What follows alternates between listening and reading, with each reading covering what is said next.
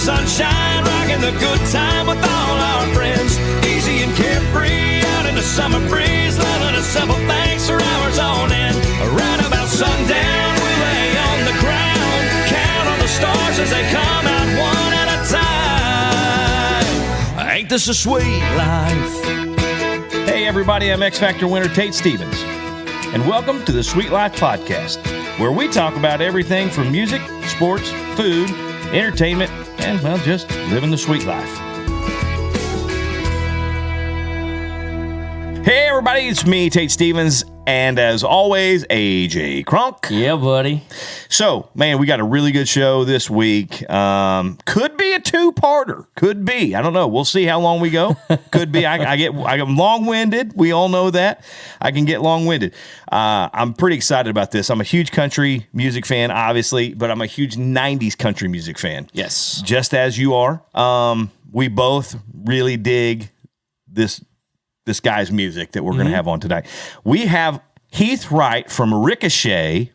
That's Hey, What Do I Know? And Daddy's Money, and Love is Stronger Than Pride, and Ease My Troubled Mind. And I mean, they have probably one of the best Star-Spangled Banner. Probably one of the best Star-Spangled Banners on the planet. Yeah. So man, just great group from the 90s, that mid to late 90s. Anyway, super good dude. I'm excited, and I get to call him friend, which is cool. So, everybody, Heath Wright.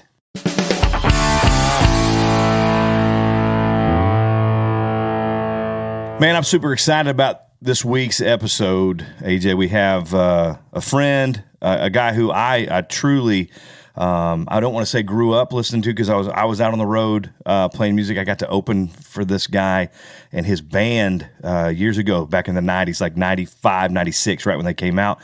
Super great group of guys, super talented, great music, great songs, great singers, all of them. They were all super talented dudes.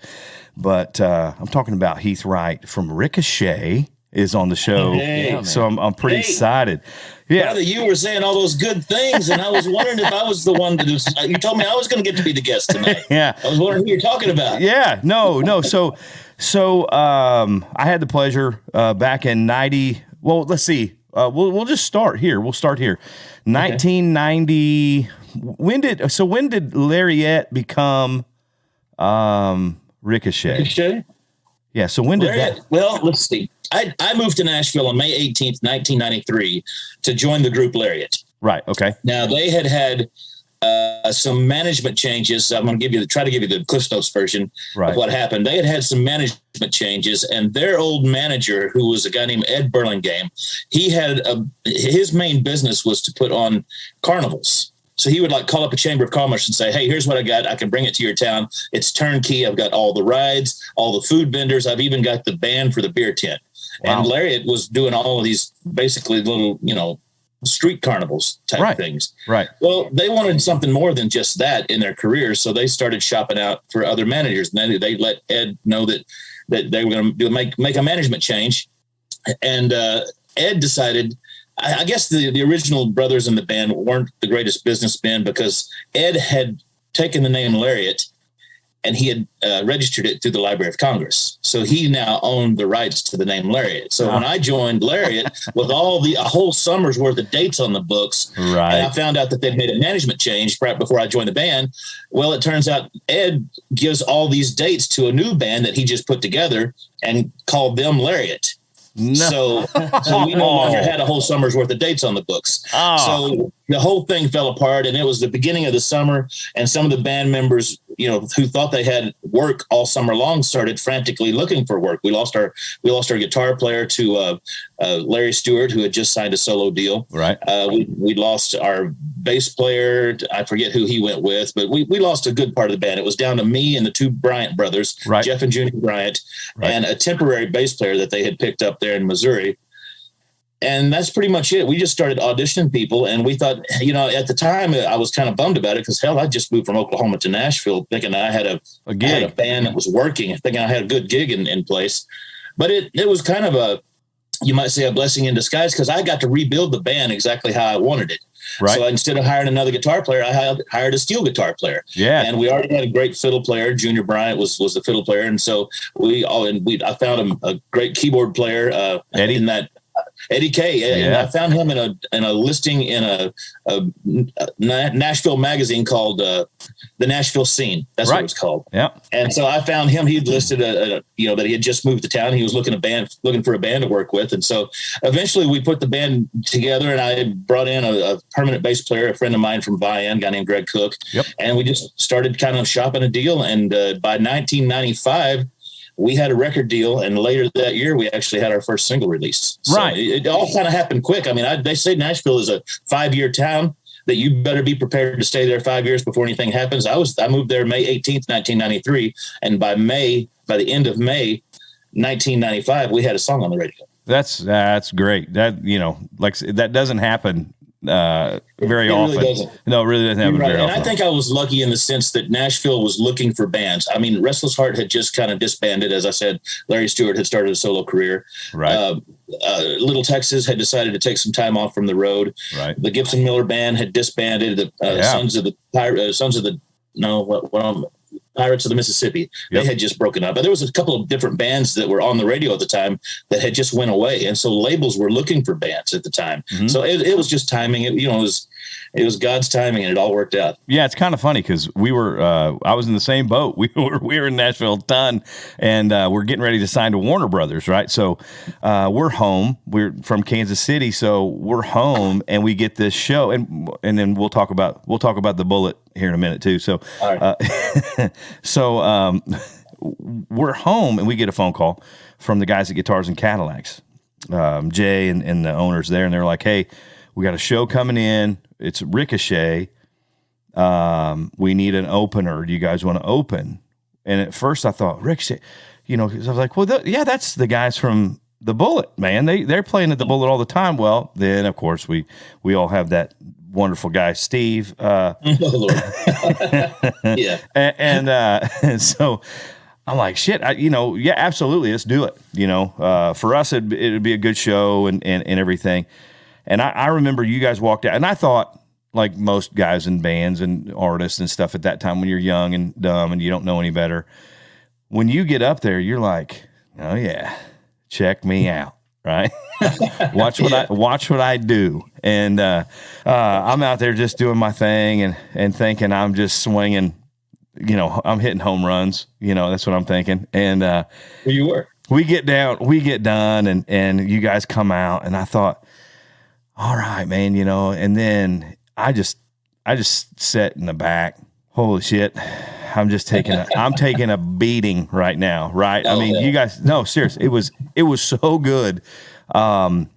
It was like you guys started at a level, and then halfway through the show, it just kept going and kept going and kept going. And then even on the slow songs, I mean, even on Love is Stronger Than Pride, I mean, it didn't matter. You guys just had this thing, and Eddie played saxophone and some guitar thing. And, the talent that was on the stage that night was so good. Of course you do What Do I Know? And because that was your single, you come out with that. And then I'm like, damn, man, listen to the harmonies were killer. It was, the musicianship was killer. I'm like, that's when you think, Dave. no, seriously. No, seriously, this is real. There's real talk. And you look at that and you hear that and you're like, and I'm thinking to myself, I just went out and I was swinging for the fence, right? I'm out there trying to knock people out. I'm out trying to kick them right in the face because that's what as an opening act, that's what you want to do. You want to get them up. You want to get them going because when the headliner comes out, they don't want to have to work. They want to come out and go, bam, we got it. They're right here already in the palm of our hand. We're going. So that was my job. But I thought, damn, I didn't do anything. I'm thinking to myself, you know what I mean? I'm thinking to myself, I just took an ass whooping. And I'm gonna tuck my tail, and I'm gonna go on. I'm gonna go on with my day. I mean, anyway, you guys were great guys, and it was fun. It was one of those times. And back then, music was so good anyway, and it was like that period of country music was like, I mean, it was great. So, in that first 2 years of you guys going with What Do I Know, Daddy's Money, what was going on?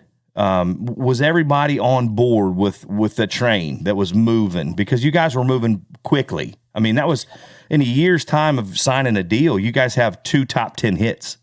Yeah. You know, and to be honest, I think that was the only time in our career that, yes, everyone was on board at the time. Everybody at the label had a common goal, and that was to, promote our career as hard and as fast as they could. And man, it was a whirlwind. I mean, it seems like we waited forever just to get a single out, even though technically it really wasn't that long. But right. Man, once the single dropped, and we released What Do I Know first. I don't know if I ever told you the story, Tate, but What Do I Know was written by Sonny Russ, Kathy Majeski, and Stephanie Smith. 3 great young ladies that all wrote for different publishing companies. I wrote with Stephanie over at EMI Publishing, and I don't know where Kathy and Sonny wrote, but they wrote for 2 other publishing companies. And so when you have multiple publishers involved in a song, sometimes they'll start pitching, and you don't really know who's put the song on hold first. Right. So Linda Davis had the song on hold at pretty much exactly the same time we did. Oh, wow. So we both went in the studio and cut it.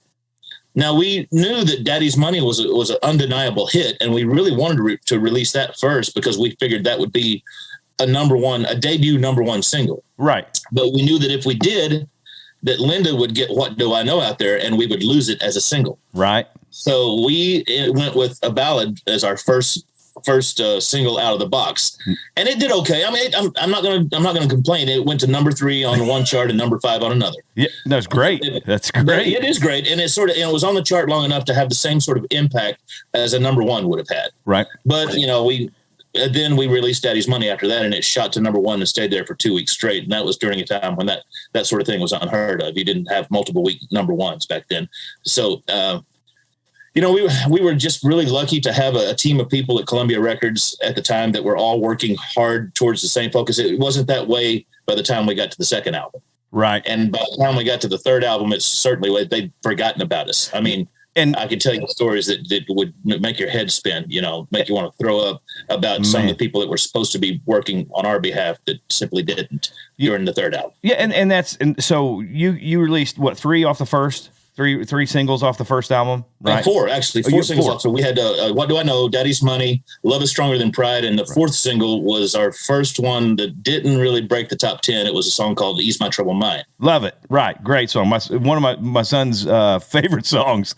We still open our show with that song. Yeah. Great song. So you go 4 deep on the first one, which is tough. Which was tough, man. You got to think. And now, did you guys write any of those songs? No, and that was another thing that kind of was a little bit. Now, on the first album, you just kind of nod and smile, and you say yes, sir, no, sir, and you do whatever the hell they tell you. Absolutely, need to do. Because these are the professionals. These are the ones that you put your faith in to guide your career. I always heard people say, if you're flying from Los Angeles to Honolulu. Right. Well, the plane doesn't really have to be pointed towards Honolulu when it's on the ground. You got to get it up off the ground first, and then you can change the direction of the plane once it's off the ground. Sure. That was my mindset back then. Instead of making a big stink about the fact that we didn't get to play on the first album. I played the solo on Ease My Troubled Mind. I was the only one in the band that got to play on the first album. And nobody else played a note on that album. That's crazy. Yeah, and I thought we had some pretty decent musicians in the band. I had some instructional videos on the market at the time, but I didn't get to play but one freaking solo on the whole first album. And people, so here, okay, here we'll talk about that. Now I know there's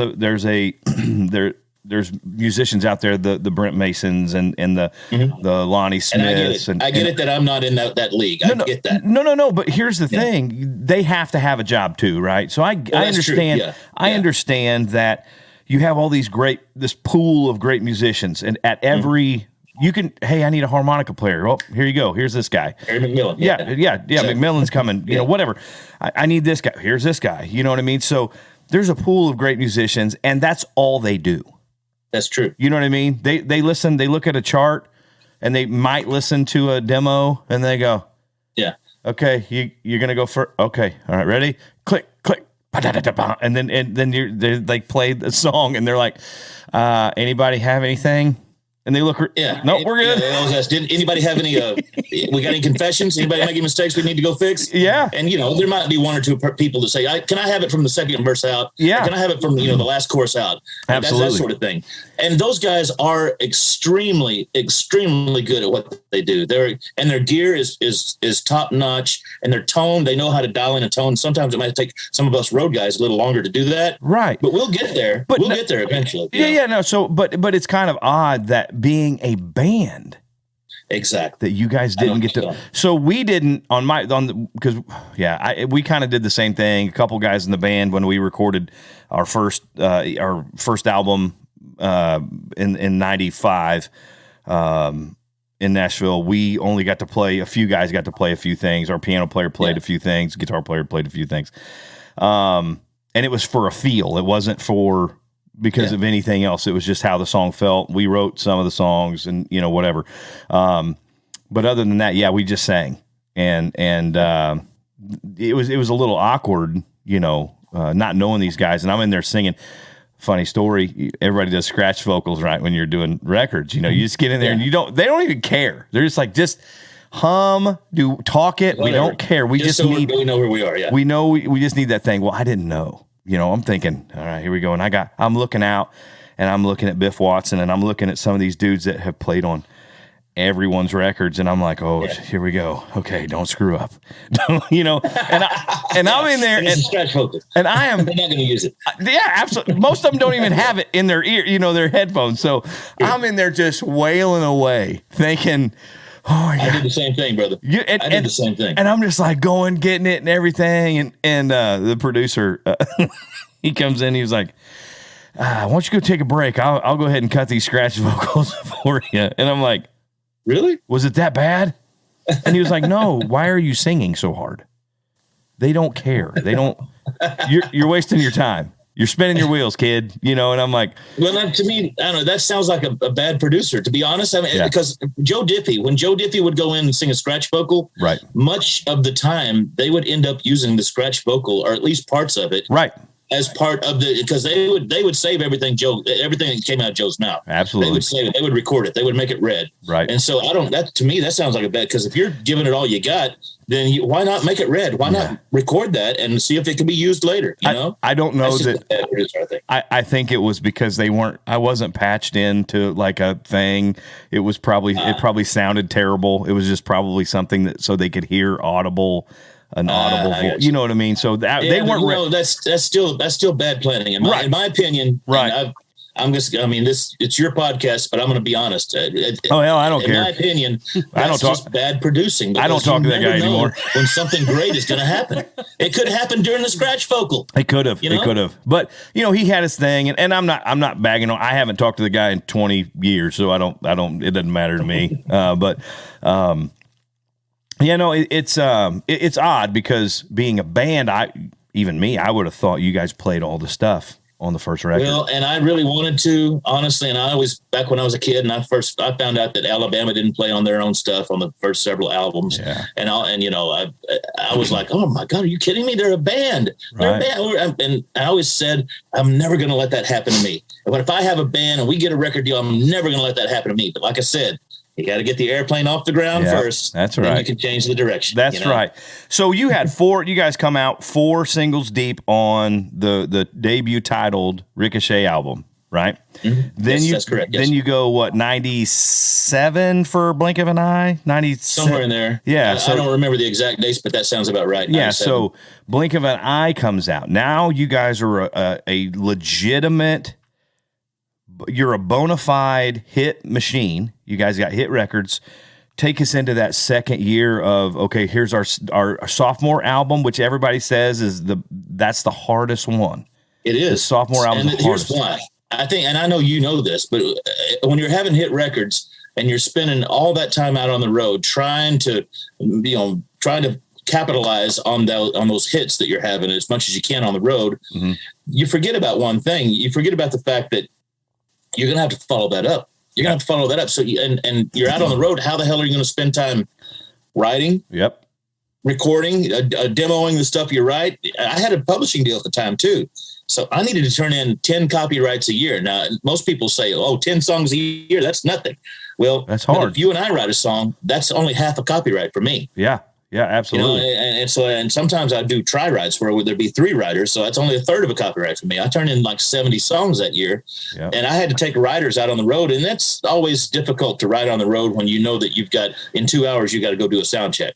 And then you got to do the show. And then got autographs after that. And then you get on the bus, and you're probably not going to get any writing done after the show because that's party time. Well, yeah. Anyway, and you're only downtime. For me not only to fulfill my writer's obligations with my publishing company, but even the time that we had in town, which was limited.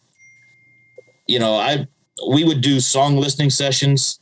We'd gather up in a room with our producers and our A&R guy at the label, and we'd go through 20 or 30 songs a day and try to figure out what's the next song going to, what's the next group of songs going to be.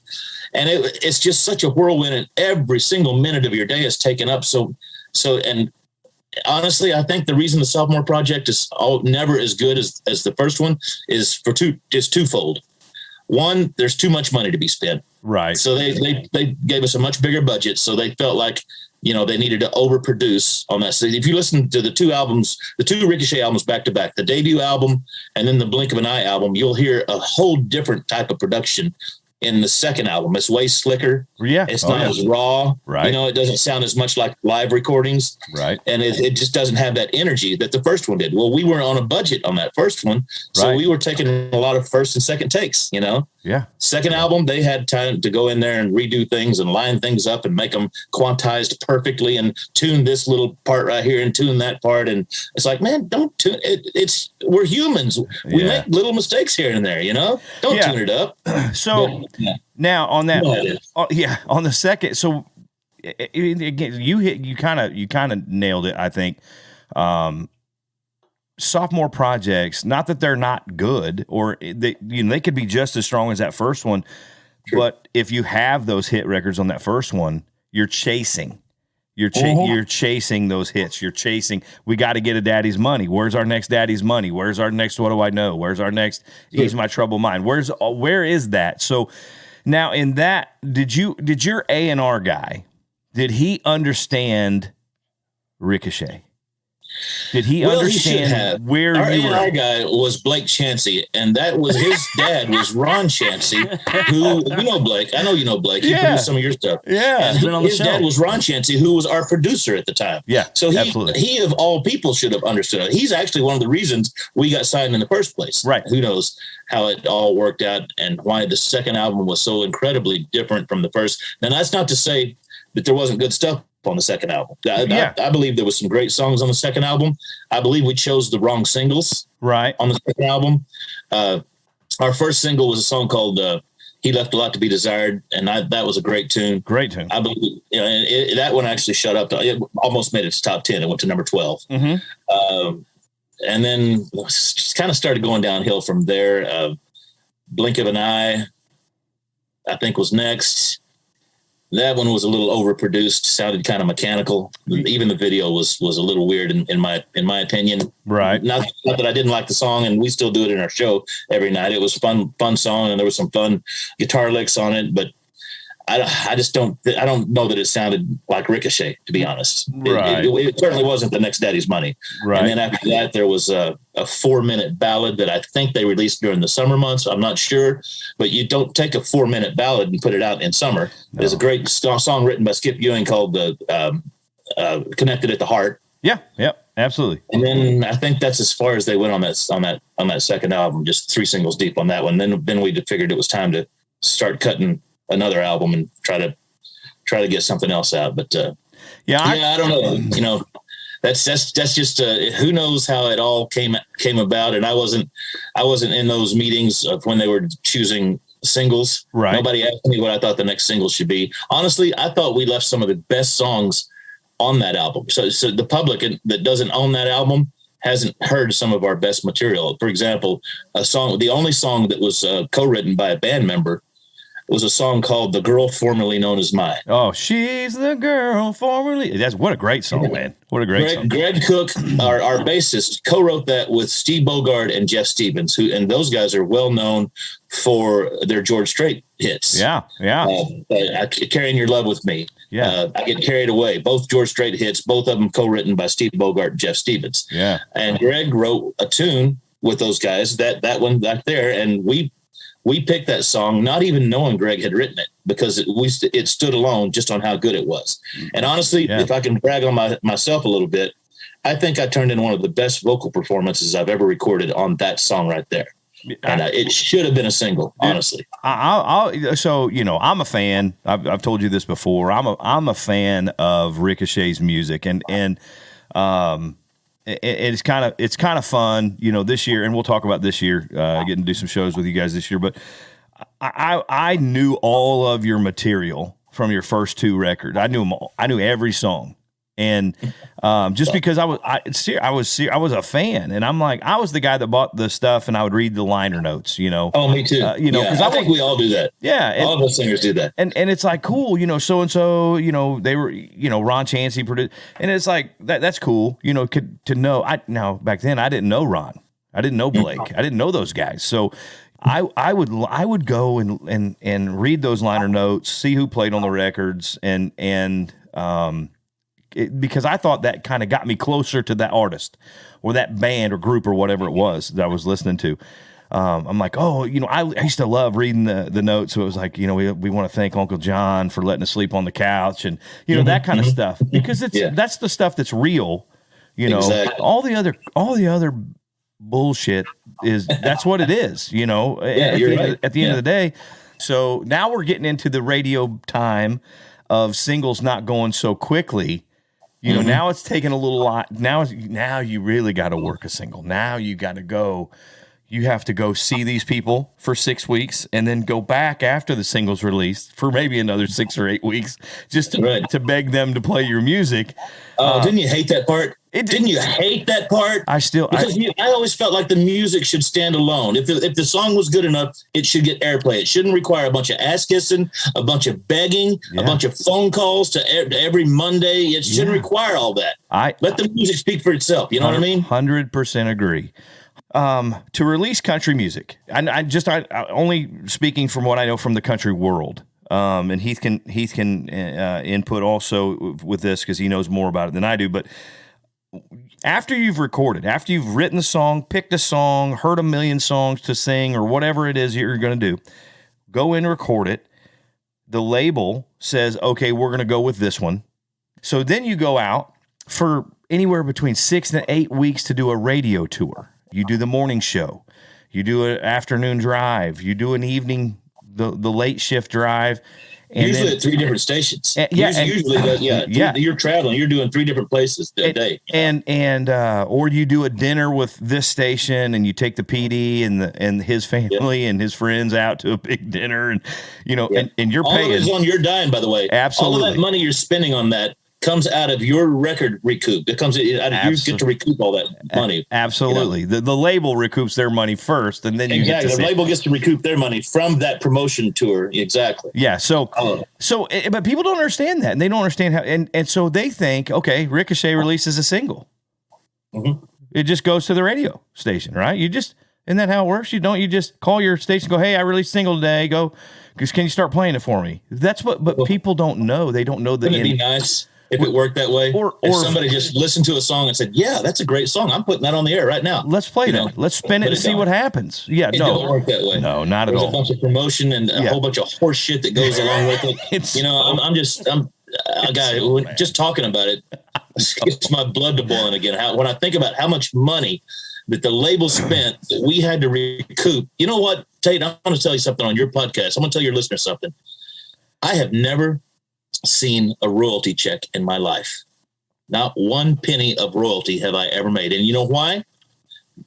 Partly because we only sold 500,000 copies on the first album, and not even close to that on the second album. And then the third album, they forgot that we even existed. Right. But you would think 500,000 units, that's a pretty good number. I mean, at $10 a unit, you would think that you would have recouped the money but no, they spend so much money in the promotion, the production, and the just the advertising, and all of that is recuperable. All of those expenses are recuperable on your royalties. Absolutely, your royalties is what's paying for that stuff. When I got signed to RCA right after the X Factor, I won the X Factor.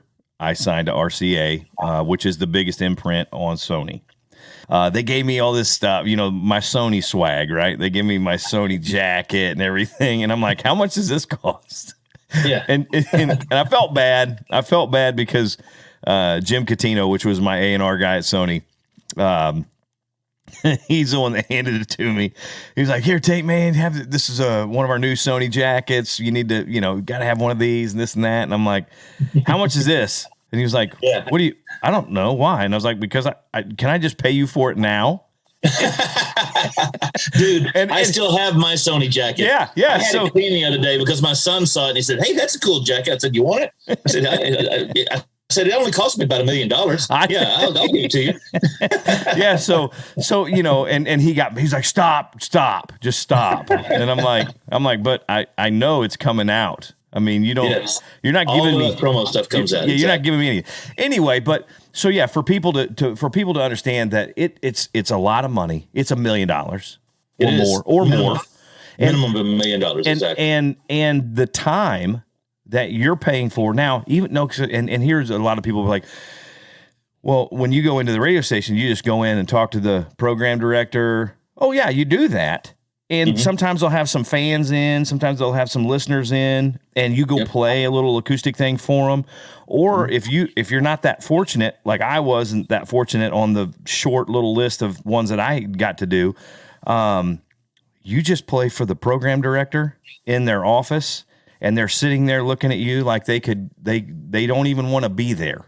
They don't care what you're saying, singing, or anything. And when you're done, they're like, "Okay, thanks, guys. All right, I gotta go. You know what I mean?" And it's like, "All right, thanks for your time." And most of them, and you got to go in and act like you're their best friend, and act like that if they play your thing, if they play your music, you are going to do everything for them. They're the only ones that matter. Blah blah blah. Unlimited concert tickets, backstage passes, bus passes, whatever they want. Whatever they want, they get. And you wouldn't piss on these people if they were on fire. Most of them, because they're terrible people. Yeah. Now there's a handful of great ones. This is true. I mean, it's true. I'm not lying. I remember we did this thing right before showtime. Every show we would have radio guests on our bus. And one of the things that we like to do, if we had anybody from the radio station, of course, the program director and the music director never showed up. Nope. They never showed up, but they'd send out the girl that sits at the front desk and the janitor. Absolutely. And they'd send anybody else out from the radio station just to come out and get free passes and bus passes and stuff. Yeah. So we would treat them like royalty. We would have them on the bus. Most of them didn't realize that when you're being played a brand new song that hasn't been shipped to radio yet, we would always give them the VIP treatment. We'd say, "Oh, hey, we got a new song we want to play for you," and we'd turn our stereo up nice and loud. We had a great little surround sound stereo on that old bus, and we'd turn it up and we'd play it for them. It inevitably there would be one person that would talk throughout the whole damn thing. Yep. Would talk to his buddy. "Hey, what are you? What time did you get? What are you going to do tomorrow?" That kind of. I mean, it's like, and when the song was over, I would focus on that guy. I would say, "Hey, what'd you think about that song?" He said, "Oh, I loved it." I said, "How the hell did you know? You talked during the whole damn thing." So we stopped doing that after a while. Yeah, because I started pissing off too many people. Well, but you know what? No, that's the truth. Because they don't send out the music director or the program director every great once in a while. You get the Bill Blacks and you get those kind of guys that are great. Sammy Cruz. You get those guys that are good. They love music. The Mike Kennedy here in Kansas City. Mike was that guy. He was I remember Mike. I remember him very well. Mike would love music. Yeah, no, he did. He broke more new artists in Kansas City. He broke new artists because it meant something to him. Like when he brought an artist into town, he wanted to make sure that they did well here. So when they came back, they could sell tickets and not just be a soft ticket guy. You could sell some seats when you came back. He we need more Mike Kennedys in the radio industry. Yeah, they're all retired. Yeah. They're all retired. Yeah, you're right. So, and that mindset doesn't exist anymore. No, because it's money. It's just money. At the end of the day, it's money for them. And and now that XM radio's killing, now the radio stations are like, what do we have to do now? How can we be relevant at this point? You know, people shouldn't have to go see a radio station. You should have you should have your program directors and music directors now at radio at terrestrial radio. You should be able to a label should be able to send a single from an artist and say, here's so-and-so, said artist, here's their new single. Tell us what you think. If you have to do what they call research on their single now, which means they spin it and they send it out to like 20 listeners and let them listen, and they get their little feedback from their little things. Then that tells them, okay, these 50 people like it. So let's spin it one time in the morning and see what happens. Spin it one time in the afternoon and see what happens. You're not getting any traction at all yet. I mean, for them to spin a couple, for you to get a couple spins a day, that's nothing. It's not there's no reporting on it or anything. You have to be in a rotation. So that's true. So for them to do that would help artists. Every artist. I think you're right. Yeah. For them to go, that's a good song. Let's try. Why not? Exactly. What's it going to hurt? Besides, make it about the music once in a while. It's just not. It's just not anymore. I still listen to country radio, like in my truck sometimes, and you got to listen for a while before you hear anything. There's still some songs out there. There's some artists out there that are recording great music. Yep. But you got to listen for a while before you'll hear it. Yeah, and absolutely. I don't think it was like that in the 90s. Now, I hate to be one of those guys, like the old rodeo guys that I hang out with, like back when they used to buck, that kind of thing. But, I hate to be that guy, but you do have to listen for a while to find that nugget, that one little nugget of good stuff, It's kind of funny because I think I'm turning into my dad. We all are. Because my dad would hear, Garth Brooks songs, and he's like, what the hell is that? Yeah. That's not George Jones. You know what I mean? Yeah, exactly. That's not Haggard. That's not Lefty. So, and now when I listen to country radio, I'll just look at my wife over in the car and I'm like, what is that? Oh, brother, let me paint a scenario for you for a second. I want you to imagine 30 years from now. So like a 20-year-old now is going to be 50, 30 years from now, right? Yeah. He's going to say these words to some 80-year-old guy like me, 85. I'm 55 years old, so 30 years from now I'll be 85. He's going to say these words. He's going to talk about these bands and these artists that are on radio today the way I refer to Merle Haggard. He's going to say, they just don't make good country music like Florida Georgia Line anymore. They don't make good country music like Sam Hunt. Man, I'd give anything to hear a good Luke Bryant song right now. You know what I mean? Okay. I'm gonna stop you right there. I'm gonna stop you right there. This 85-year-old man is gonna punch that 50-year-old kid in the throat. That's what's gonna happen. Here's the deal. I don't think we're ever gonna have somebody say, man, they just don't make them like Florida. Please, man. Think about it for a second. Think about it for a second, because Garth Brooks wasn't your dad's cup of tea. You know what? I heard Vince Gill say this one time. Vince Gill said, you know what? I'm probably not Merle Haggard's cup of tea. But Merle Haggard probably wasn't Roy Acuff's cup of tea. And Roy Acuff probably wasn't Jimmy Rogers' cup of tea. Sure. So think about that. Sure. No, I'm not saying that we can't evolve musically. Yeah. I'm just saying there was a period of time from that 80s. I'll throw the 70s in there because there were so many great 70s country songs. 70s, 80s, 90s, early 2000s. That period of country music. Sure, you had the pop artists in there too, doing their thing, and it was working, at that time. You had Ronnie Millsap, you had T.G. Shepherd. Yeah. Honestly, think about it. Those guys weren't considered traditional country. Even Chet Atkins, during his recording days, people hated the fact that he was putting strings on country records. They was like, what are we, Frank Sinatra all of a sudden? Yeah. I remember listening to what his name just went Ray Price. I remember listening to Ray Price say when it was right when the Cherokee Cowboys. Yep.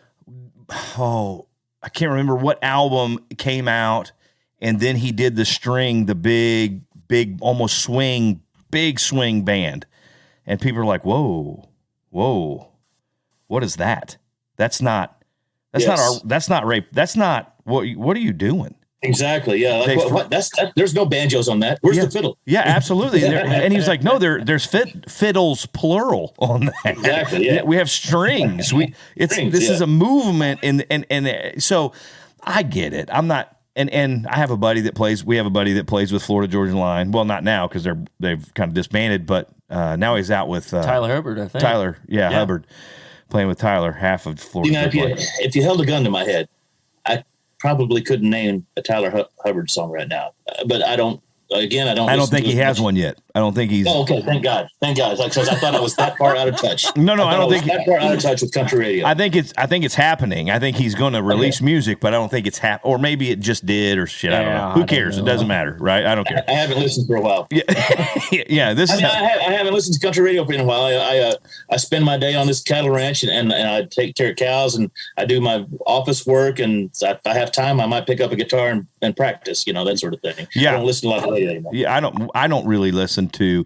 I listen to I have a playlist of either on Spotify or whatever, Pandora or whatever it is, and it's all stuff, and it ranges from rock and roll.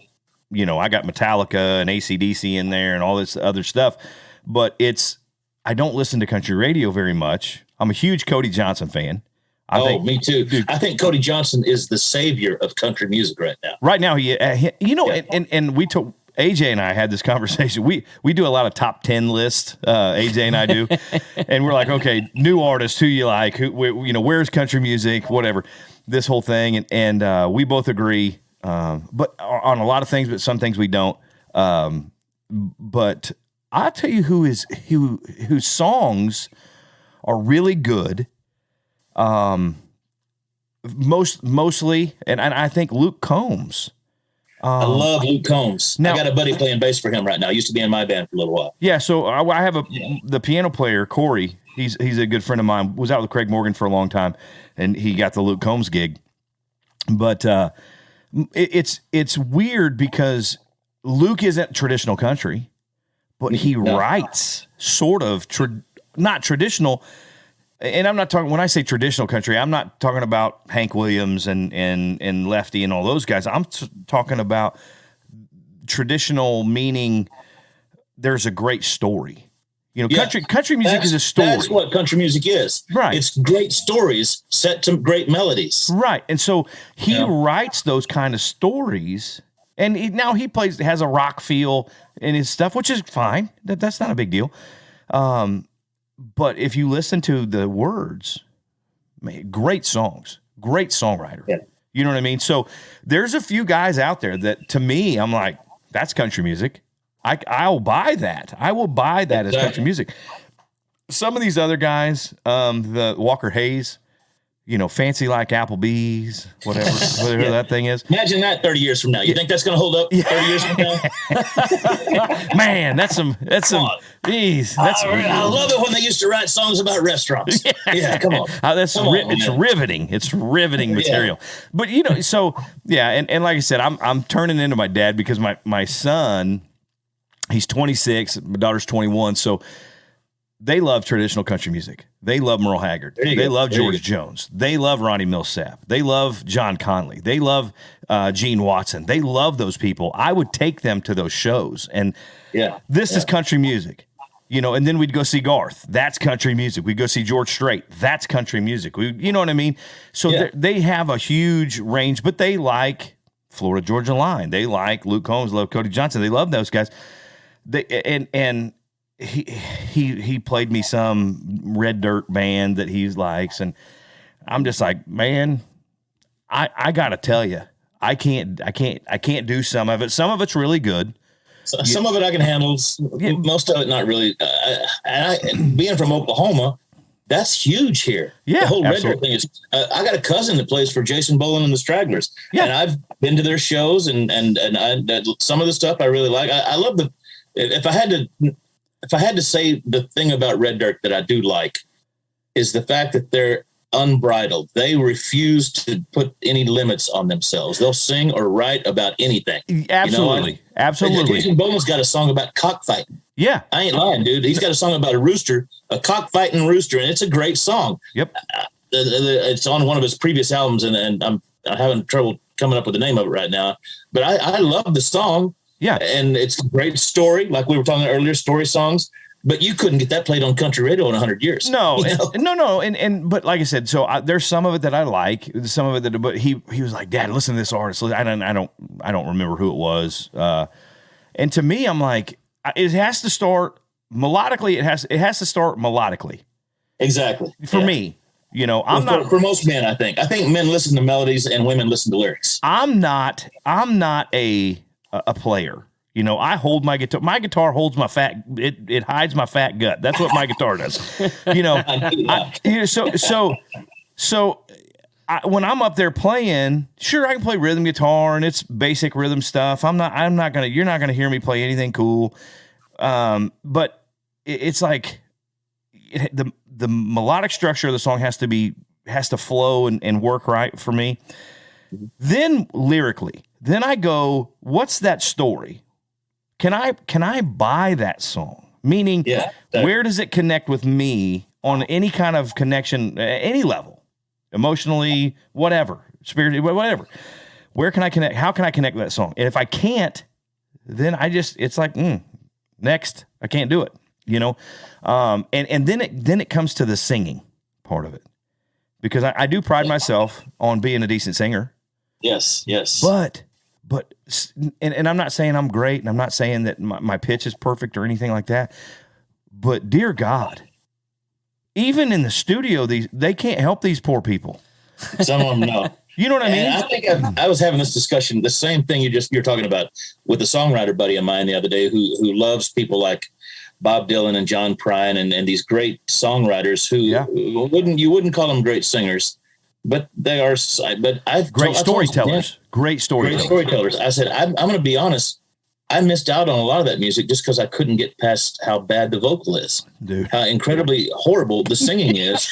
I could not get past it. I couldn't listen to the song.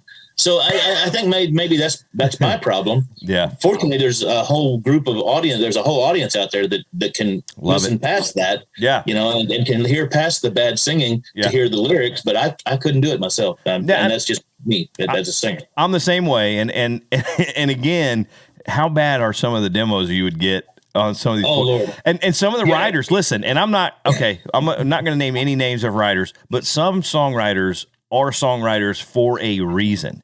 Because they cannot sing their way out of a bag. No, meaning they are can't. awful. And it's awful.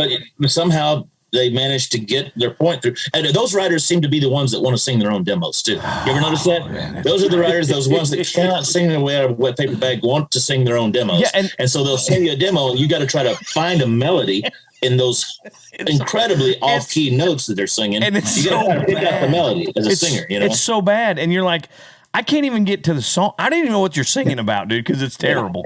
But then you have the Jeffrey Steeles of the world and those guys who go in. Sing their asses off. And they go in and they sing a demo, and you're just like, well, shit, what am I going to do that song? Yeah, Neil Thrasher. Have you ever heard of Neil Thrasher demos? Absolutely. That guy sings his tail end off. Yeah. And I'm embarrassed that he's not a superstar. And he's singing for Lone Star right now. He's out on the road with Lone Star. Right. As a lead singer. And my God, he sings his ass off. And I was like, and he's making, he's made most of his career most of the money he's made in his career. He's had record deals, but most of the money he's made in his career, 99% of it has been from writing great songs. Absolutely. But you have those guys who can really, like Jeffrey Steele, obviously, Boy Howdy, came out with, Jesus, that was amazing. And then he wrote how many number ones in a row for everybody under the sun for about 20 years. But he did his own demos. And he would get so many cuts, A, because he could sing, B, he would actually put a little demo together. And it wasn't just him and a guitar or a piano and a guitar. He would do a little demo, like a pretty polished up demo, and send it to people and go, what do you think of that? The artist didn't have to think.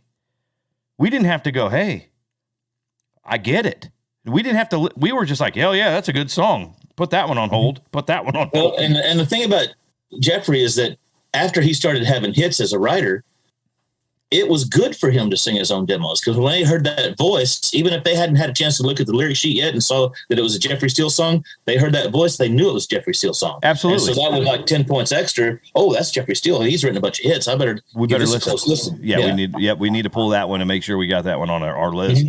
No, so yeah, I think we have the same or close to the same opinion on as far as how songs we approach songs or material and things like that, True. No, so okay, I know we kind of got off a little bit there on that part of it. So this third album, right around the 2000, that early 2000s mark,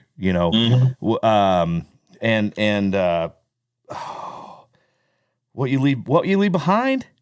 Yes, What You Leave Behind. Yeah, What You Leave Behind. That was what it was. That was the title cut of the song of the album. I wrote that song actually with Neil Thrasher and Michael Delaney. And so by that time, I had made enough of a stink about none of us getting any songs on the album that three of us, me and Greg and Eddie K, all got songs on that album. I got the title cut of the album, What You Leave Behind. So now, Tate, when you get the title cut, what's the first thing in your mind? You're thinking, I'm going to have a single. Yeah. I'm going to get a single on this damn song. Yeah. Never happened. It's first time in country music, as far as I know, that the title cut of the album was never freaking singled. Never. So Sony gave me that last kick in the pants and that last, finger to you, Heath Wright. And here's your walking beyond. Yeah. I think they released that album simply because they were contractually obligated to do so. Mm-hmm. We had a minimum 3 album deal with those guys, and then a option for a 4th album. They had to release a 3rd album on us, and they put no promotion budget behind it.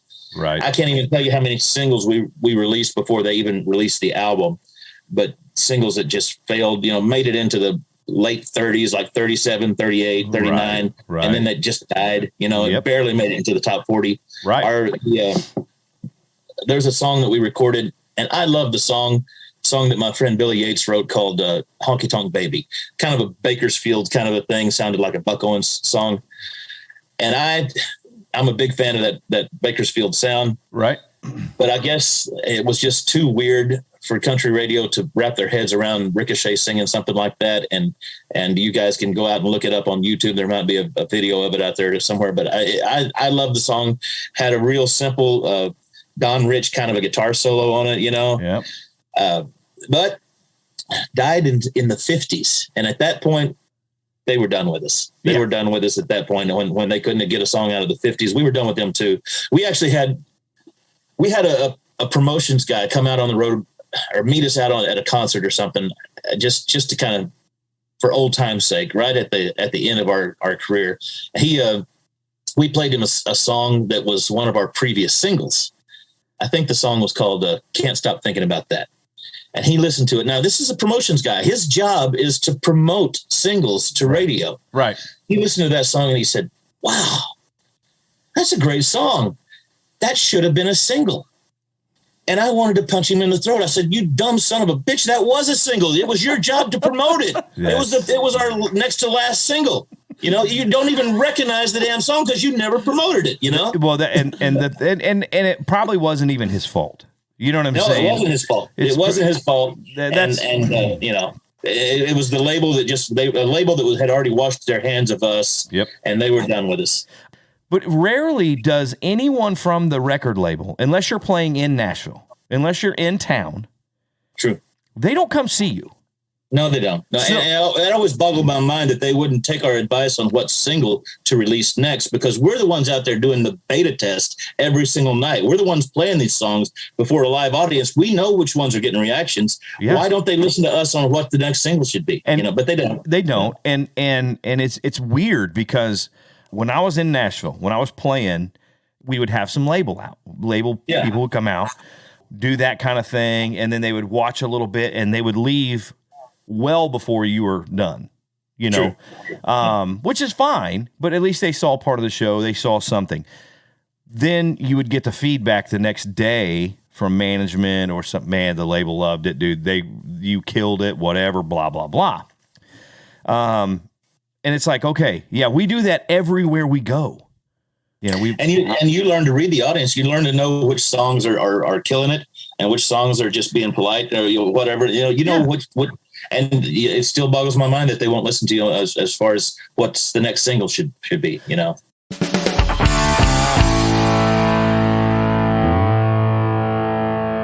All right, guys, thanks for listening. And as always, make sure you guys check out all the social media platforms that we have.